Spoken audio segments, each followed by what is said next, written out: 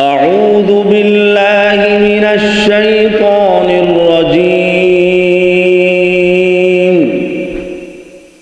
بسم الله الرحمن الرحيم.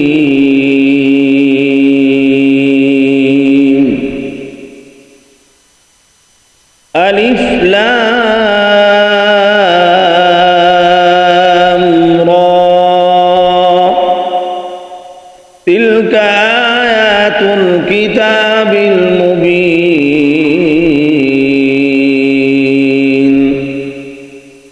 إنا أنزلناه قرآنا عربيا لعلكم تعقلون.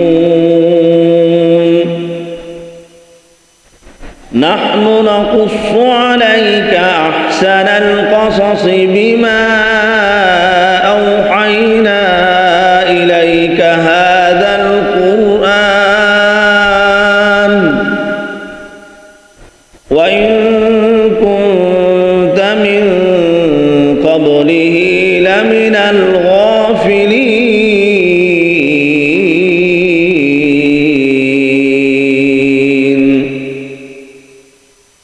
إذ قال يوسف لأبيه يا أبت إني رأيت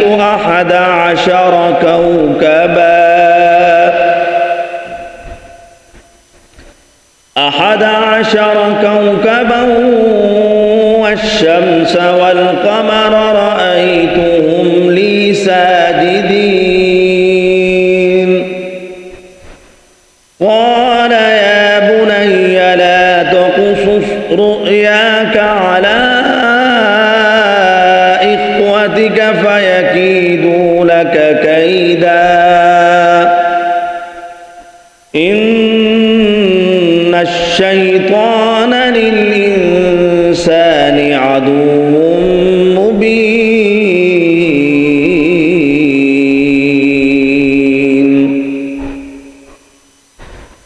وكذلك يجتبيك ربك ويعلمك من تأويل الأحاديث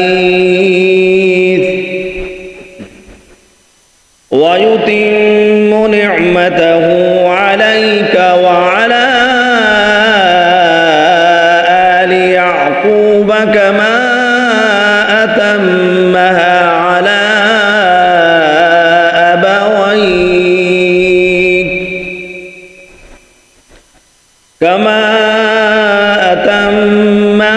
على أبويك من قبل إبراهيم وإسحاق إن ربك عليم حكيم. لقد كان في يوسف وإخوته آيات للسائلين.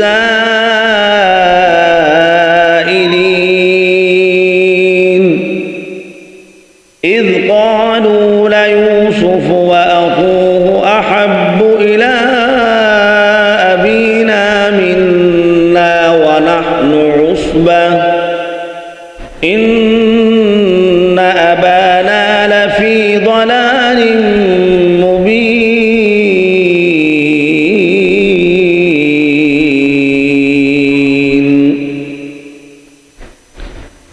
اقتلوا يوسف أو اطرحوه أرضا يخل لكم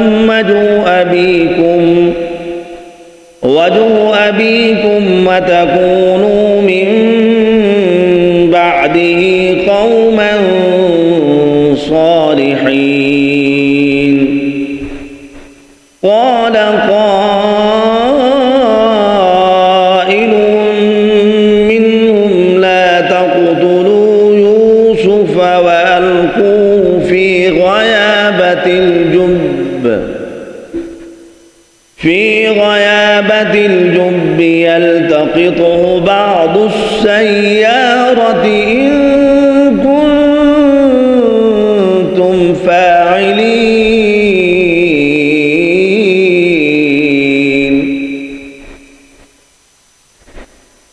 قالوا يا أبانا ما لك لا تأمنا على يوسف وإنا له لناصحون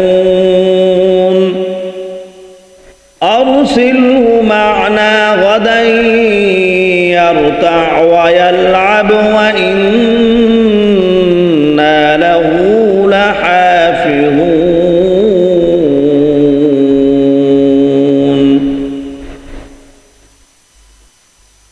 قال إني ليحزنني أن تذهبوا به وأخاف أن يأكله الذئب وأنتم عنه غافلون قالوا لئن أكله الذئب ونحن عصبة إنا إذا لخاسرون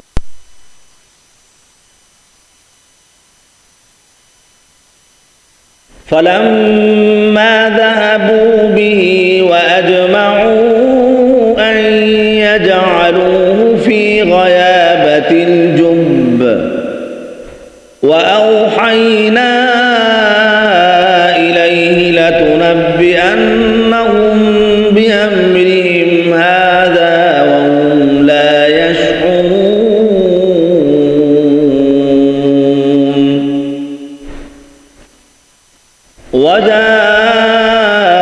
وجاءوا أباهم عشاء يبكون قالوا يا أبانا إنا ذهبنا نستبق وتركنا يوسف عند متاعنا فأكله الذئب وما أنت بمؤمن لنا ولو كنا صادقين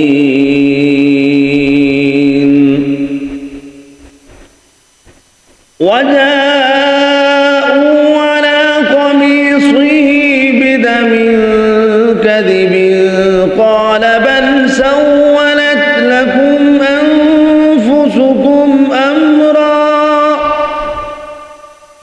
فصبر جميل والله المستعان على ما تصفون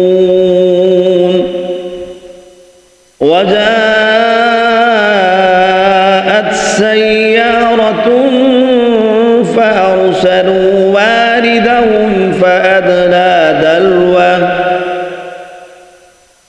قال يا بشرى هذا غلام وأسروا بضاعة والله عليم بما يعملون صدق الله